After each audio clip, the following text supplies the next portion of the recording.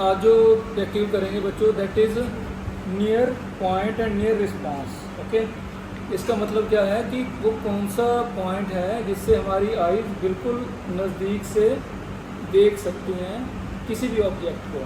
Okay, इसके लिए हम क्या करेंगे, the nearest point eight which an object can be seen clearly is called the near point. Procedure क्या है, सब्जेक्ट को या पेशेंट को हम नॉर्मल लाइट में दिखाएंगे कहीं पे भी। ओके, और उसको बोलेंगे एक आंख अपनी क्लोज कर लो, हैंड के साथ टच कर लो, ठीक है, और hold a pencil in front of the other I. ठीक है, दूसरी आईज के सामने हम एक पेंसिल को होल्ड करेंगे। ओके, तो हम बोलेंगे कि आप इसको नज़दीक को लेके जाओ, इस पर फोकस करो। ओके, तो जहाँ तक और नज़दीक लेके जाओ। ओके, जहाँ पे जाके उसको इसकी इमेज जो है धुंधली हो जाएगी, क्लियर नहीं दिखाई देगी, वो हम डिस्टेंस नहीं, अभी आपको दिख रहा है क्लियर नहीं, अब धुंधली हो गई है। ठीक है, इसको यहीं पे रखो।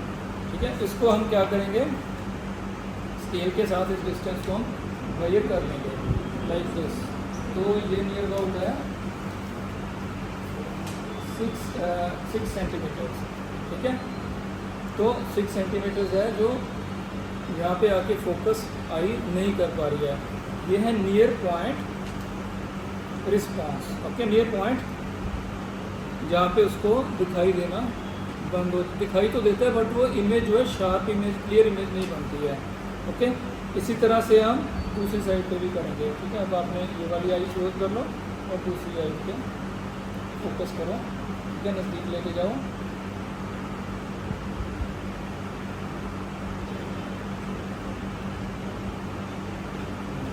ठीक है, तो इसको भी हम मेजर कर लेंगे कि उस तरफ का कितना डिस्टेंस आ रहा है।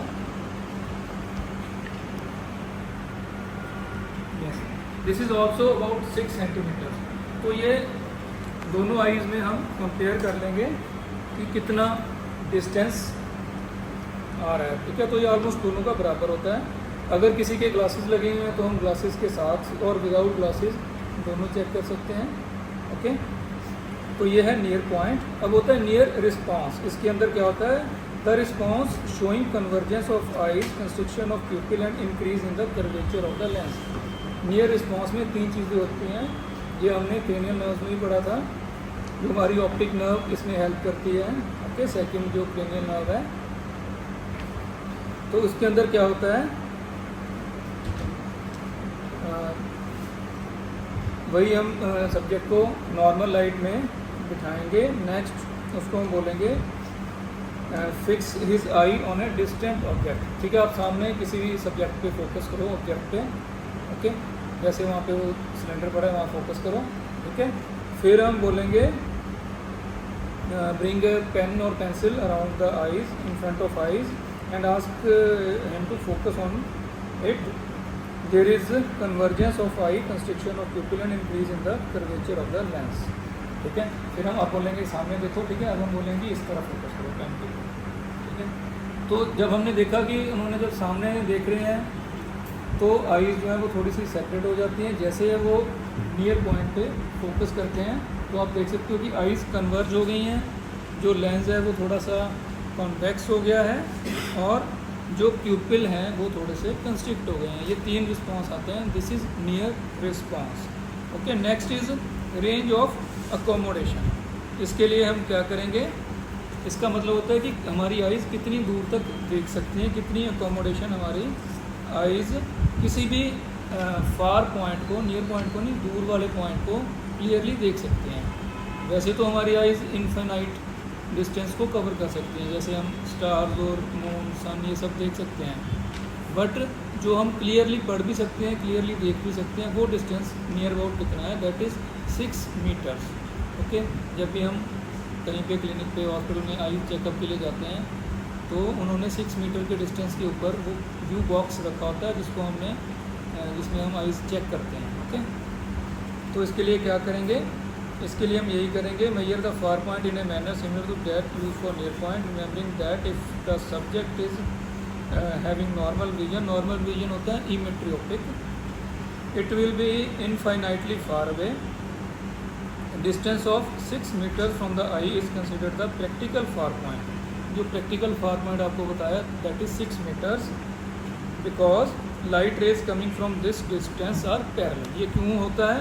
क्योंकि 6 मीटर से जो लाइट रेज आ रही हैं वो हमारे पैरेलल आती हैं हमारी आई बॉल के, ठीक है, इसलिए वो हमें क्लियर दिखाई देती हैं।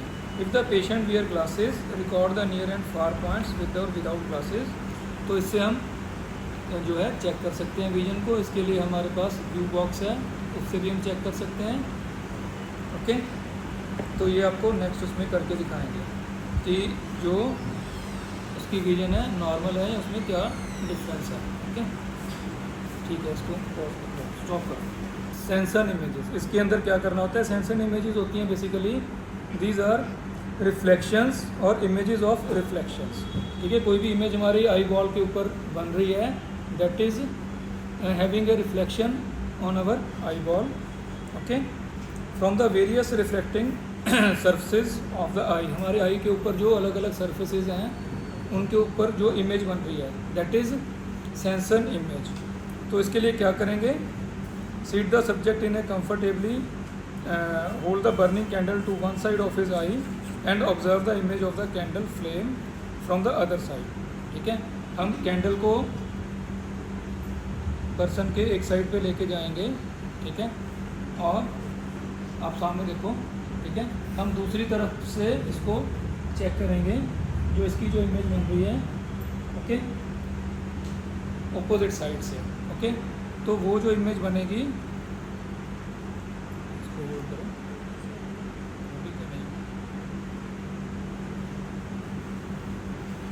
ठीक है, पॉज कर लें, बनेगी। तो number 1 on the interior surface of the cornea, image 1 जो बनेगी वो इंटीरियर सरफेस पे बनेगी। तो हम कैंडल को, एक कैंडल को बर्न करेंगे, आ जाओ, ओके। आप थोड़ा सा पीछे हो के बैठो, ठीक है। तो इस तरफ से आओ, कैंडल को लाइट कर लो, तो लेके आओ बस आराम से, हाथ थोड़ा दूर, ठीक है, सामने देखो बेटे। हम बोलेंगे कि आप गेज को फिक्स कर लो और जो interior surface of the cornea के ऊपर जो इमेज बन रही है वो हमें दिखाई देगी दैट इज़ ब्राइट और अपराइट, ठीक है। वो ऊपर की तरफ को बन रही है और ब्राइट इमेज हमें दिखाई दे रहा है जो बन रही है।